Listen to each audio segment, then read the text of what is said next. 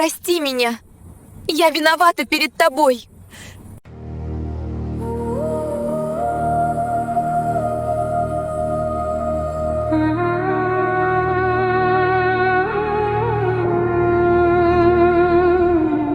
Sen geldin ve her şey nağıl kimi oldu. Balaca feyyam, kanadlarınla güneşe tokundun.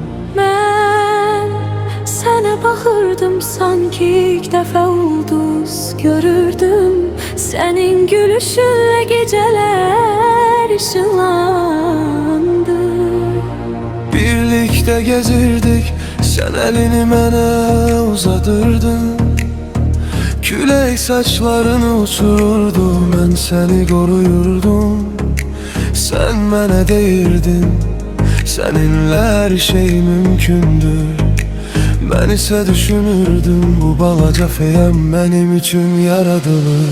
Balaca feyyam uçtu, kanatları küləkdə itti, seyir yoxa çıxdı. Nağıl yarımçıl qaldım, mən hədə göyə baxıram, səni axtarıram, ama sen artık burada değilsen.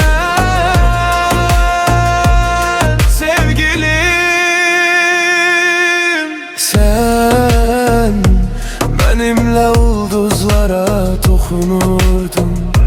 Sen mənə inanırdın, mən sənə güc verirdim. Birlikte hayal qurduq, gələcək ox qalırdıq.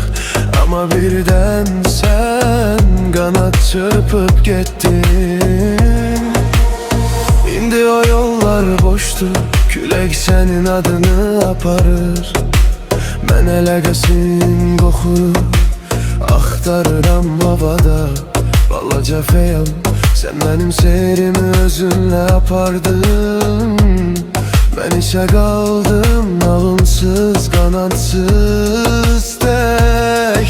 Niyə getdin pərim, niyə qanadlarını açmadın mənə? Niye o zehirli gülüşü başka göğe apardın? Mən səni gözləyirəm, hələ də inanıramsa. Bəlkə bir gün qayıdarsan, bəlkə. Balaca feyyam uçtu,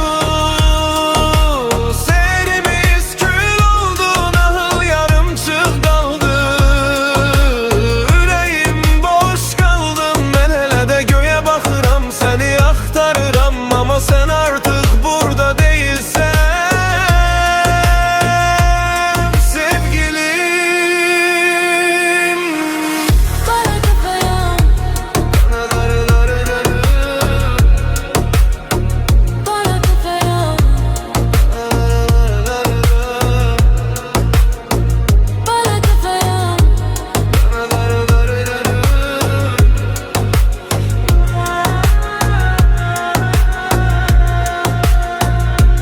Balaca feyyam, kanatların aradadır.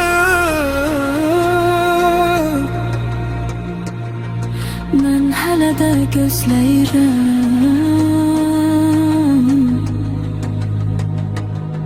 Seni